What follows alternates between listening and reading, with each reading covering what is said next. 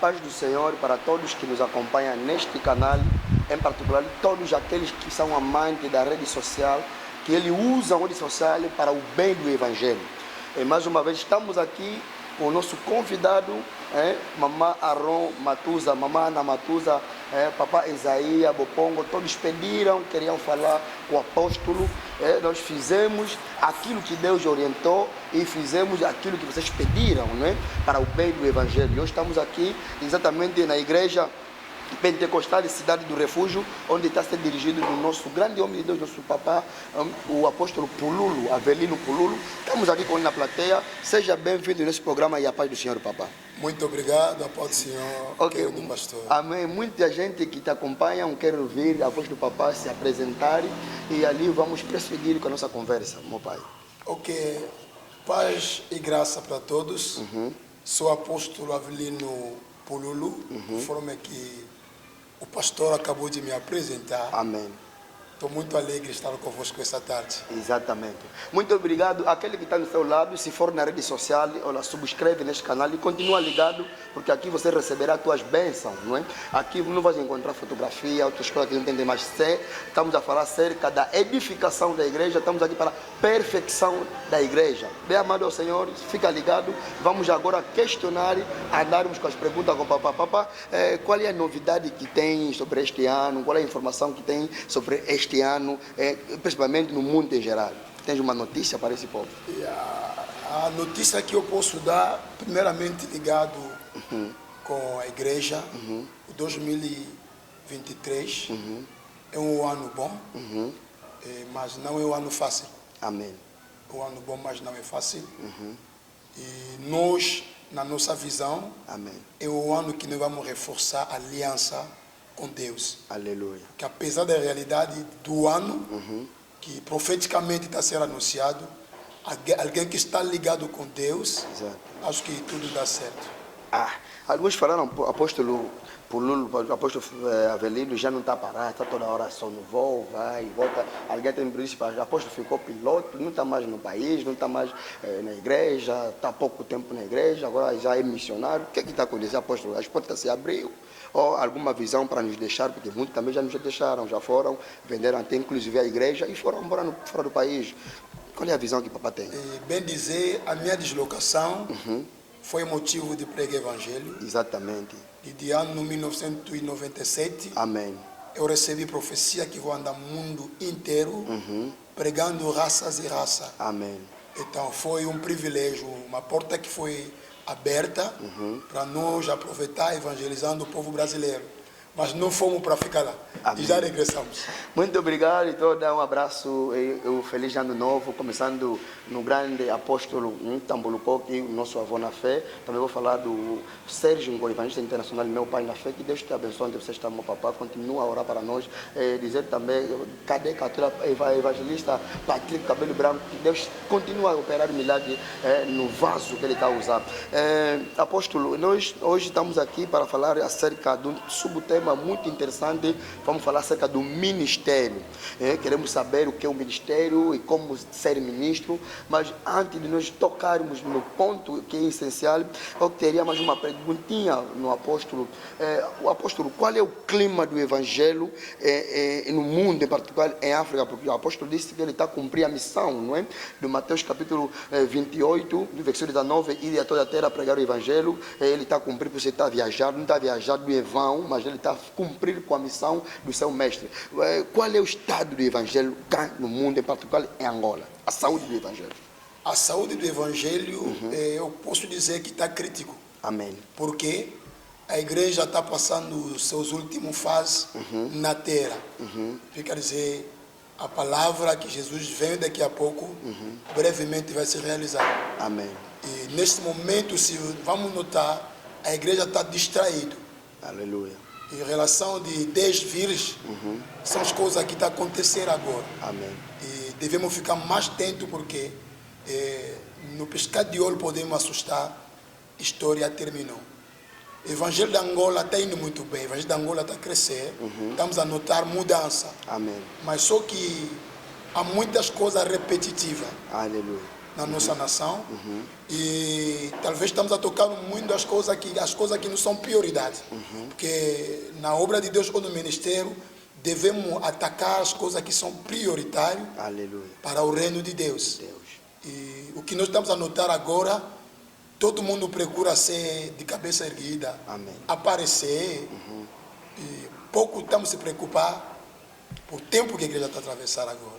Glória a Deus. Apóstolo Avelino, eu me lembro em 2016, eu participei numa mega conferência que o pastor realizou, que falou da escatologia. Eu acompanhei com grandes homens de Deus. Eu queria fazer uma pergunta acerca qual é a mensagem do século presente, porque nós estamos na igreja agora, estamos na mensagem da prosperidade, muito mais sentamos nas profecias e o povo quer o da profecia. Para o apóstolo, qual é a mensagem-chave para este povo que espera a vinda do Cristo? A mensagem-chave que nós devemos lançar nesse tempo é a mensagem de arrependimento. Graças a Deus. Mas a mensagem de arrependimento não inclui a prosperidade. Amém. Porque o homem deve prosperar em 3 aspectos. Aleluia. Alma, espírito e corpo. Corpo, amém. Mas só que as nossas mensagens não estão sendo muito focalizadas na área de alma e espírito. Estamos muito focalizados no corpo. Aleluia. Enquanto que neste momento a igreja deve prosperar na alma e no espírito. Glória a Deus. Quer dizer, trazendo no povo mensagem que leva o povo no arrependimento. Exatamente. E no tempo que nós começamos a vida cristã, e a mensagem de arrependimento foi uma mensagem que fazia chorar. Aleluia. Mas hoje em dia, mensagem de arrependimento se prega agora, a pessoa está a rir. E a igreja deve se preocupar para a salvação de alma de muita gente. Porque se a salvação é apenas para a libertação do corpo, para a sua beneficiar do bem materiais, onde o pastor focalizou sobre a prosperidade. Amém.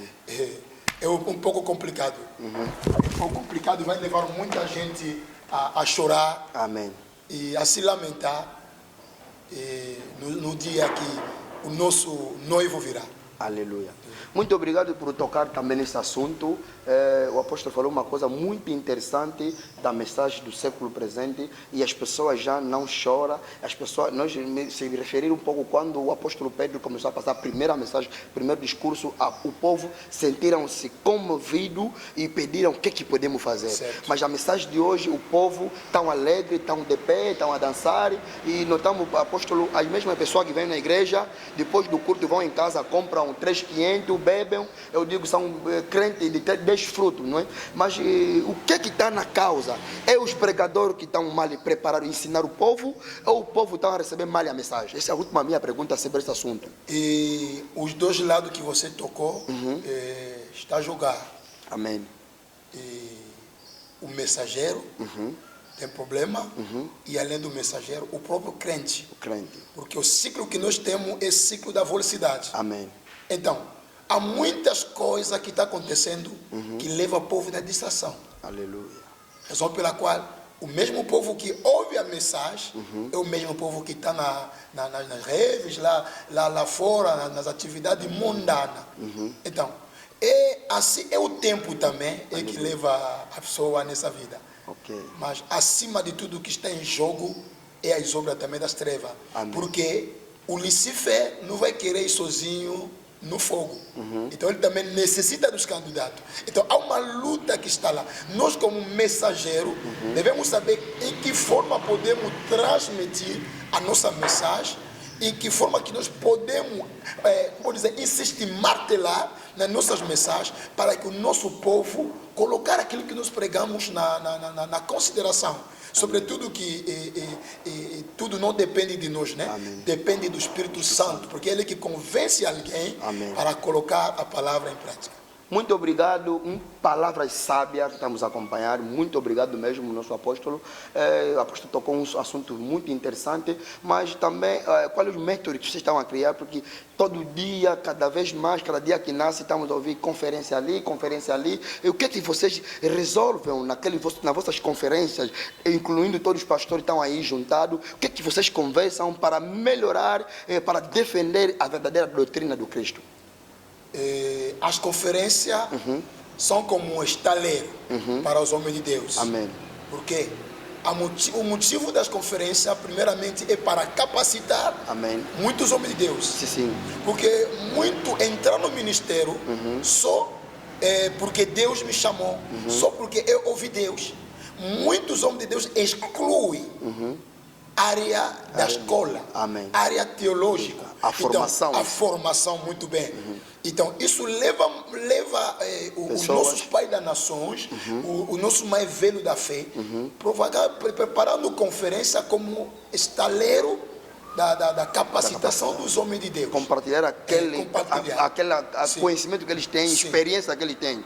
Mas nós estamos nas conferências. Mas infelizmente o que eu posso dizer, acho que isso é ligado com uma das publicações que eu fiz a partir do Brasil. Amém. Quando eu presenciei as imagens da morte da Ana Grelha, eu notei que a igreja em Angola ainda nós temos muito trabalho. Exatamente, eu acompanhei aquela publicação. Sim.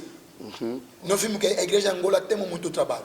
Os nossos pais, nessa conferência que nós estamos aí aprendendo dia e noite, devemos se focalizar nas áreas o que podemos fazer para o bem-estar da igreja de Angola. Igreja em particular, porque as conferências estão a ser tipo cruzadas. Oferecem um envelope, deixam cair pastores. É tipo só rodear. Se eu me lembro bem, o movimento das conferências se abriu muito depois da quarentena. Amém. De que passou quarentena até hoje, temos muitas conferências. Inclusive até no dezembro passou conferências. Mas só que muitos vão lá... não beneficiam. Ou não houve melhoramento no Evangelho. Porque no meio dos homens de Deus, muitos estamos a ver o fruto. No nosso ministério, dessas conferências que nós vamos. Amém. Se há mudança muito mais na área financeira, no crescimento, desculpa, mas a igreja assim, cada vez mais a nossa igreja de Angola não está a atingir a maturidade. A maturidade, exatamente, isso que devíamos abordar mesmo. A maturidade cristã na igreja. Certo. Ok. Muito obrigado, apóstolo, para ganharmos tempo. Vamos agora no nosso objetivo. Para o apóstolo, o que é um ministério? Ok. Para nós entendermos o ministério, temos dois passagens bíblicos. Amém. Que nós podemos tocar.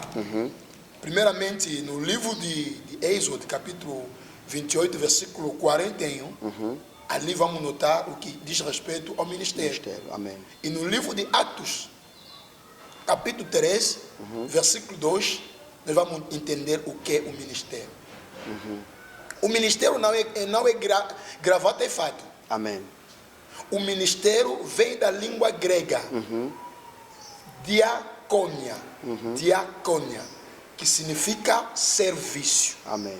Quando falamos do ministério, falamos do serviço. Amém. Quer dizer, alguém que diz que sou ministro de Deus, ele deve se focalizar no serviço. Sem o serviço, não há ministério.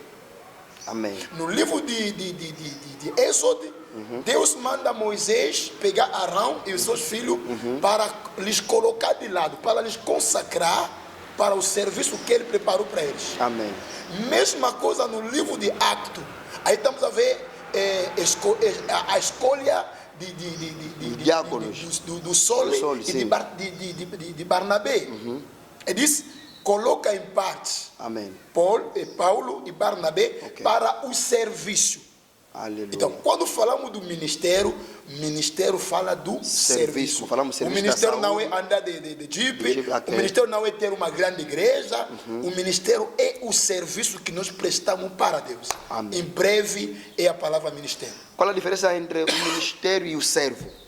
Que muita gente estamos naquela confusão. Esse é servo de Deus, mas não é ministro. Eu sou ministro, não sou servo de Deus. O apóstolo tenta nos esclarecer em curtas palavras. Será que há uma diferença entre um servo de Deus e um ministro? Será que há diferença entre berger e pastor? Ok. Dali eu vou me focalizar na escola do discípulo. Se nós queremos entrar na escola do discípulo, nós vamos ver tempo de chamamento, a vida cristã. Temos tempo de chamamento como obreiros ou servo, e temos tempo de chamamento para um ministério. Aleluia.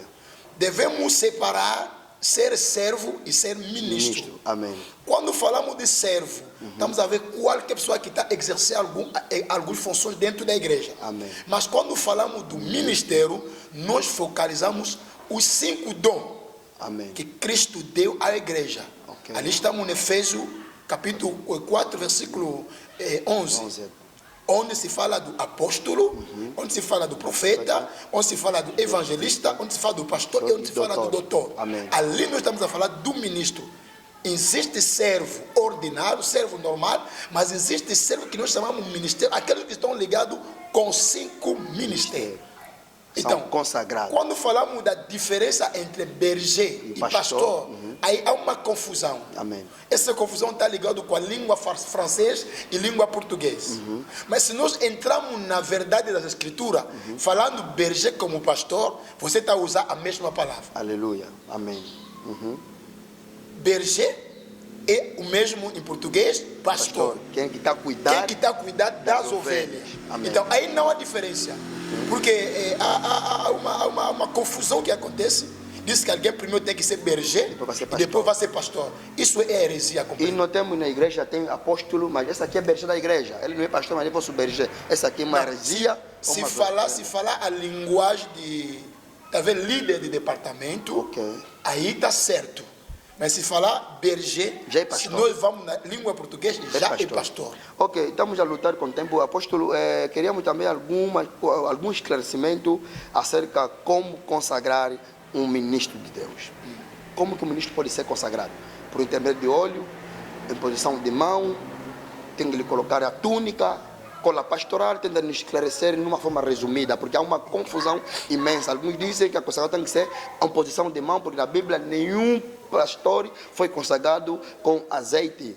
Mas se notarem no livro de 1 de Samuel, capítulo 9, vai ver na consagração do Saul, o profeta Samuel pegou azeite, colocou. Também no Davi, colocou. Mas alguns dizem que aquele era uma forma de consagrar no reino.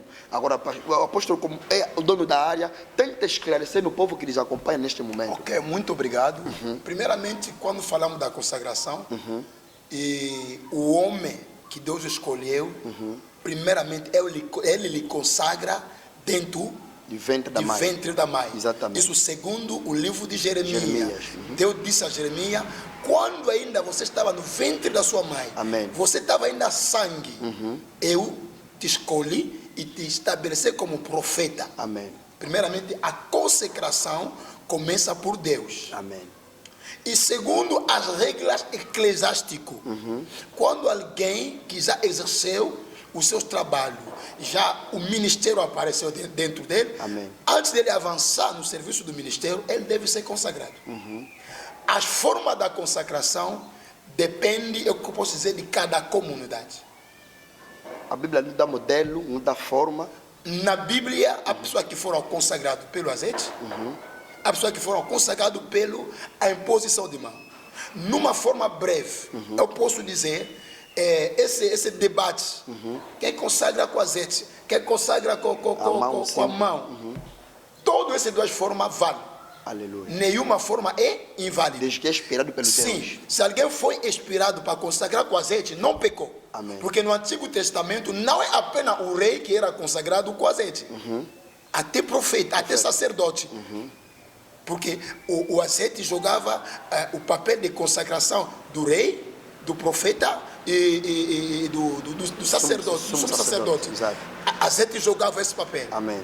E se nós queremos dizer que nós estamos no tempo da nova aliança, nós vimos na Bíblia, outros foram consagrados pela imposição de mão. Amém. E no nosso tempo que nós estamos, depende de convicção de cada um. Quem consagra com azeite, usa chifre, usa garrafa, não sei o que, não muda nada. Quem também é convencido de conseguir com a imposição de mão, não muda nada. Porque azeite, segundo as formas, ele apresenta apenas o símbolo do Espírito Santo. Amém. Então não é mal alguém consagrar com azeite, não é também mal alguém consagrar com imposição de mão. É só ter equilíbrio. Amém. Graças a Deus, ouvimos atentamente a explicação nesse grande homem de Deus ilustre, o nosso apóstolo, ele está aqui explicando, né, com as bases que nunca é mal consagrar com a mão, consagrar com azeite, desde que é inspiração de Deus. Muito obrigado, apóstolo. Estamos a correr com o tempo, estamos a restar alguns minutinhos. Eu queria consultar e perguntar no nosso apóstolo também alguma coisa acerca da cola pastoral, acerca das túnicas, aquelas mantos que os sacerdotes colocam, que metem. Dizem que no Novo Testamento Jesus nunca fez isso, nenhum dos discípulos foi consagrado de colocar a cola pastoral. Essa invenção vem de onde? Muito obrigado pela pergunta. Amém. Tudo que se faz na área eclesiástica não provém da Bíblia. Exatamente.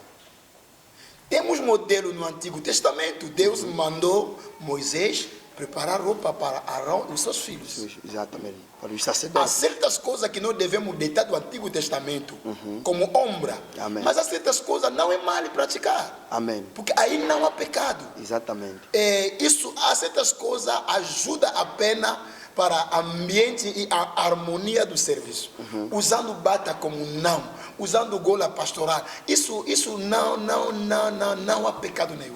Amém. São coisas importantes ligadas com veste sacerdotal. O Novo Testamento não excluiu o uso dos vestes sacerdotais. Exatamente. Não Muito excluiu. bem. Vamos fugir um pouco do nosso tema.